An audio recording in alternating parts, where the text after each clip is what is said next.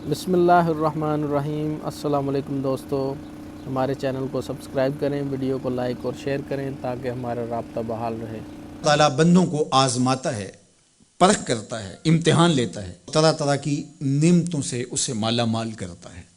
कारोबार वसी हो जाता है, उसके लिए दौलत के अंबार लग जाते हैं, दुनियावी मालो असबाब उसके लिए जमा हो जाता है, मनसब मिलता है, ओहदा मिलता है, इक़्तिदार मिलता है, शान व शौकत मिलती है, लोगों के दिलों में उसका घर बनता है। तो उसके जहन में ये बात आती है कि मेरे रब ने मुझे जो इज़्ज़त दी है मैं इसका इस्तेहकाक रखता था, और मैं अगर इस लायक ना होता तो मुझे क्यों नवाजा जाता।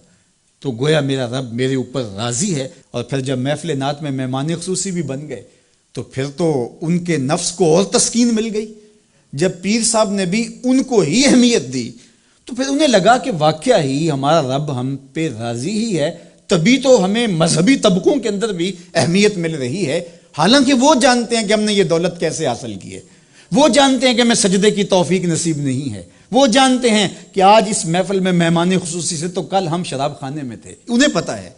लेकिन इसकी तरफ तवज्जो नहीं जाती, सोचते नहीं हैं, बल्कि वो ये समझते हैं कि हमें ये जो इज्जत मिल रही है ये अल्लाह ताला की तरफ से हमारी किसी कबूलियत की वजह से ये इज्जत है। हालांकि ये उनकी आजमाइश थी, उनका इम्तिहान था।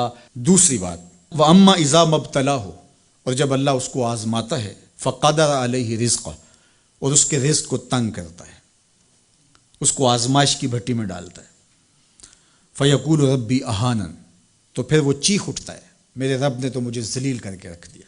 बीमारी आ जाए, इब्तिला में मुब्तला हो, तो वो कहता है कि मेरा रब मुझसे नाराज़ हो गया। तो ये इंसान की कज फिक्री, ऐसा नहीं है। किसी शख्स को दौलत का दिया जाना ये अल्लाह की रज़ा की दलील नहीं है, और किसी शख्स को गुर्बत के इम्तिहान में डाला जाना ये अल्लाह की नाराज़गी की दलील नहीं है। हज़रत इमाम राज़ी ने लिखा है कि मक्के से लेकर ताइफ तक 70 ऐसे नबियों की कब्रें हैं जिनकी वफ़ात सिर्फ भूख की वजह से हुई।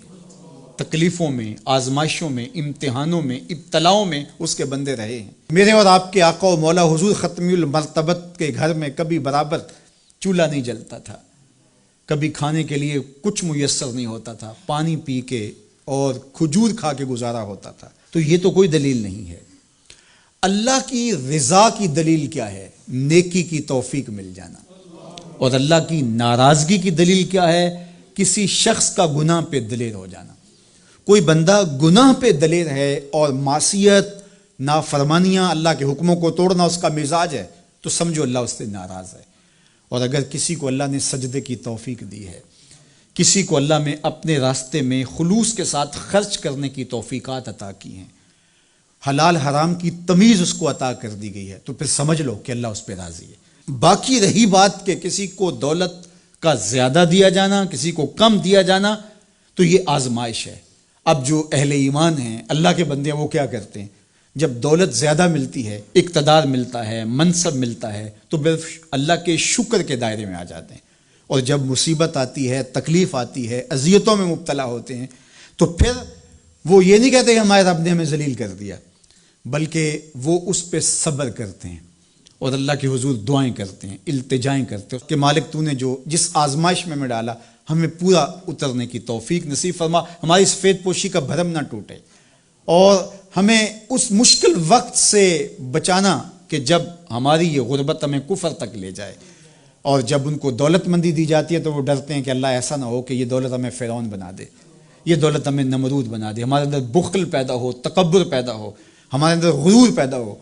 तो वो इस हालत के अंदर अल्लाह ताला का शुक्र, या दूसरी हालत में अल्लाह के हुजूर सब्र की तौफीक मांगते हैं और सब्र के साथ अपनी दीन की बात फैलाना सदक़े जारिया है। सवाब की नीयत से वीडियो को शेयर जरूर कीजिए। जज़ाकल्लाह।